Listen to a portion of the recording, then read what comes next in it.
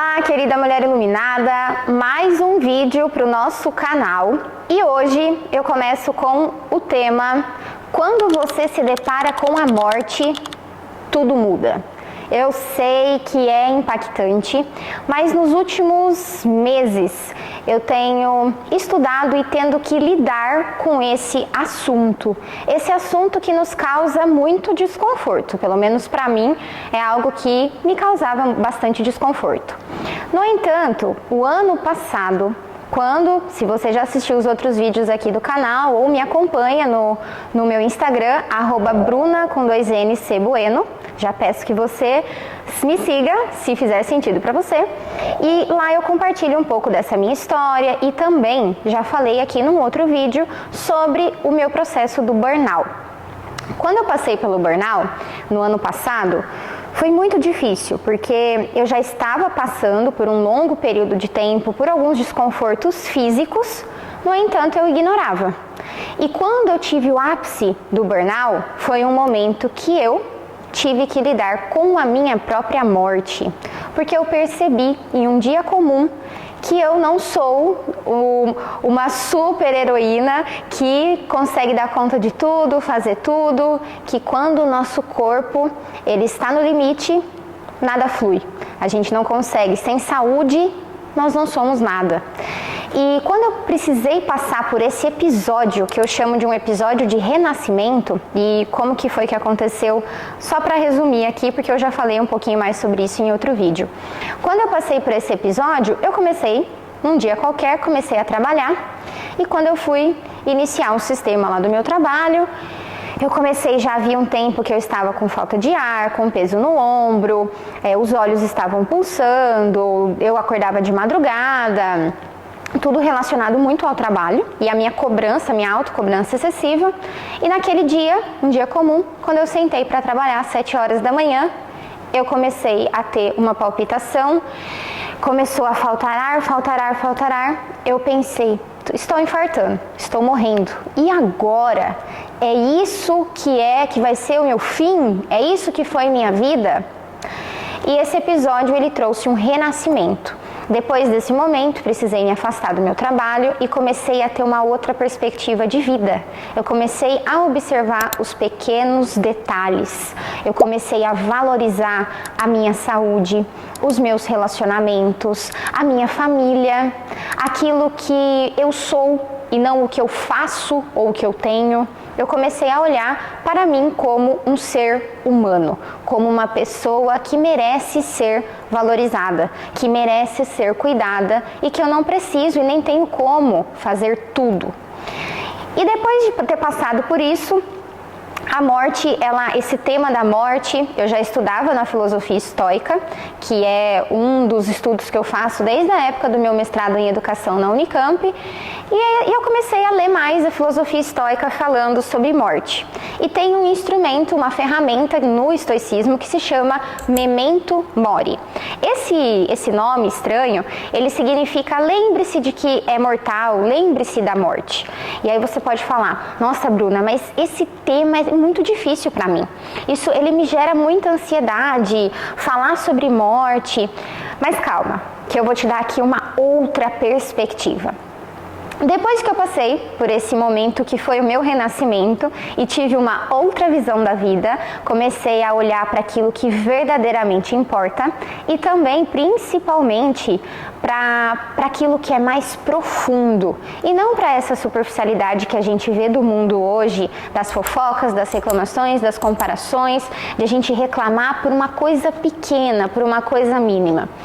E falando de reclamar por uma coisa pequena, eu quero te contar algo que me fez, além desse meu processo, desse meu ápice do burnout, algo que também me fez lidar com a morte, mas dessa vez não foi com a minha, foi de outra pessoa.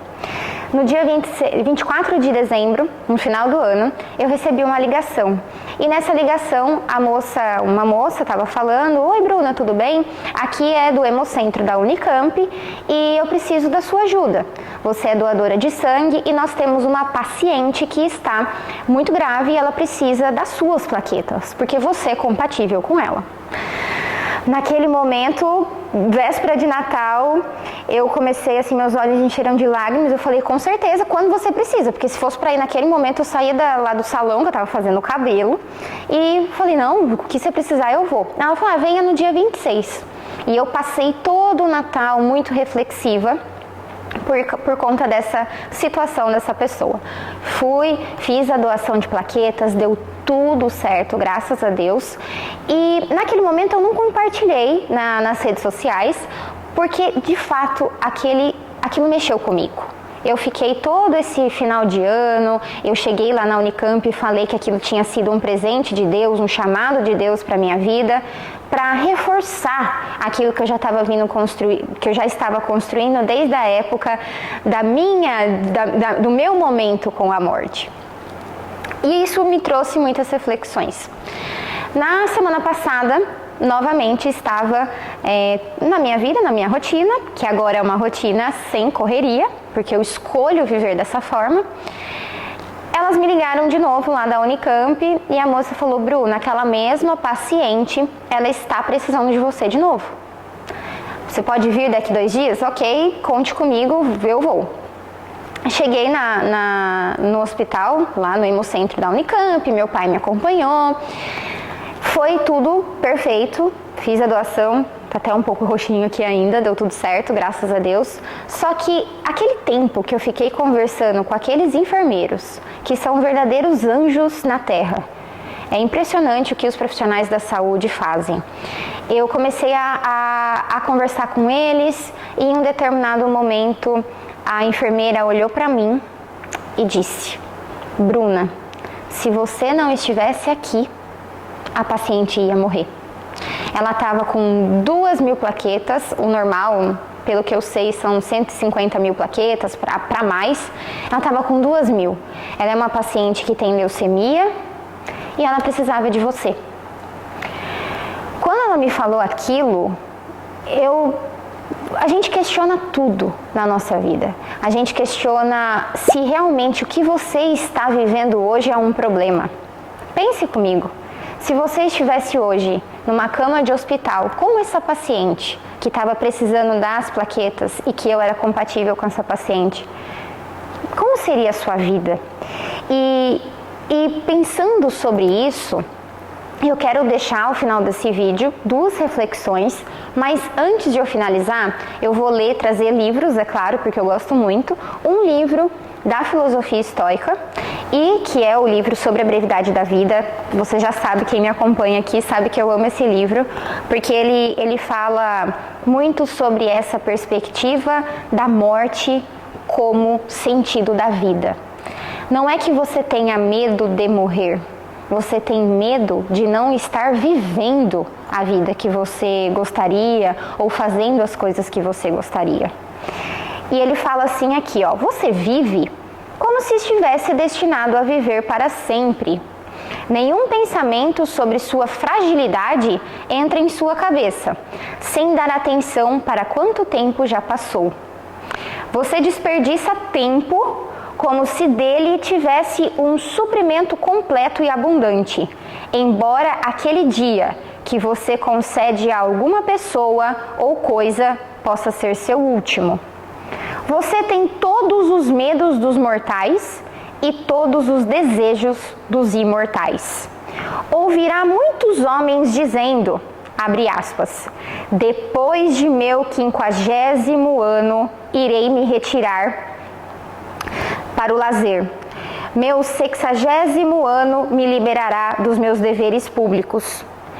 E ele finaliza aqui e pergunta, mas quem garantirá que a sua vida se prolongará até lá?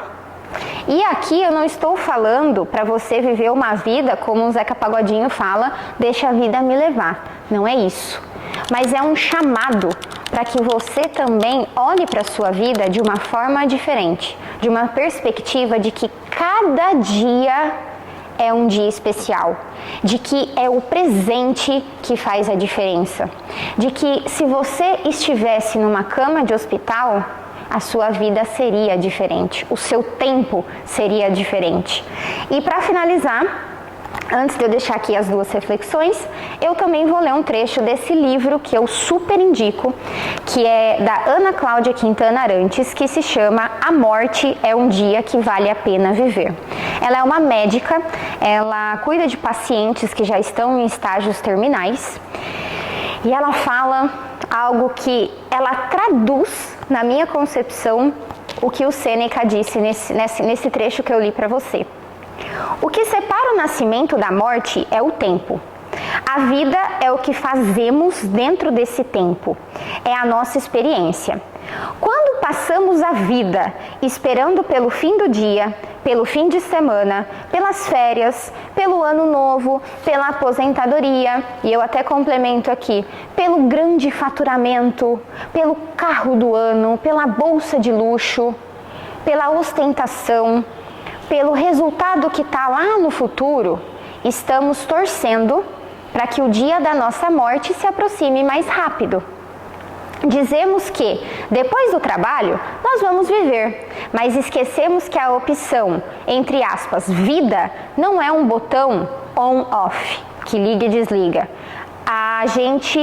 Na verdade, a gente tem que, com ou sem prazer, entender que estamos vivos 100% do tempo. O tempo corre em ritmo constante. A vida acontece todo dia e poucas vezes as pessoas parecem se dar conta disso. Não é à toa que eu coloco no meu Instagram todo dia de manhã: a vida acontece agora, bora viver. E para finalizar, eu vou deixar aqui duas reflexões. Primeira reflexão, e na verdade é uma solicitação. Eu te convido a se tornar doador de sangue, de plaqueta e de medula óssea, para que você se cadastre. Isso é tão importante, e quando eu compartilhei no meu Instagram, eu recebi tantas mensagens de pessoas falando: Bruna, eu entendo o quanto isso é importante quando o meu familiar precisou. Ou seja, quando a gente lida com a morte de uma pessoa que a gente ama, ou com a nossa própria morte, ou quando você se depara com alguém precisando de você para viver, a gente tem essa perspectiva do quanto que é importante você fazer a sua parte. Lembre-se, plaqueta, medula, sangue, não é algo que a gente compra na farmácia. A gente precisa de um ser humano disposto a doar, disposto a fazer aquilo pelo outro. E a reflexão que eu deixo é justamente essa, que você pense: o que você está fazendo com esse tempo que está passando? O que você está fazendo? Você está perdendo tempo, ou seja, você está desperdiçando esse recurso valioso, porque nós não sabemos quanto tempo temos. E a morte, como ela disse, é um dia que vale a pena viver. Porque o maior arrependimento que as pessoas têm quando estão no fim da vida não é o medo de morrer, e sim o medo de não ter vivido tudo o que podia, que deveria, os sonhos frustrados. Portanto, tenha coragem de realizar seus sonhos, tenha coragem de viver. Muito obrigada por estar até aqui comigo e aguarde nosso próximo vídeo.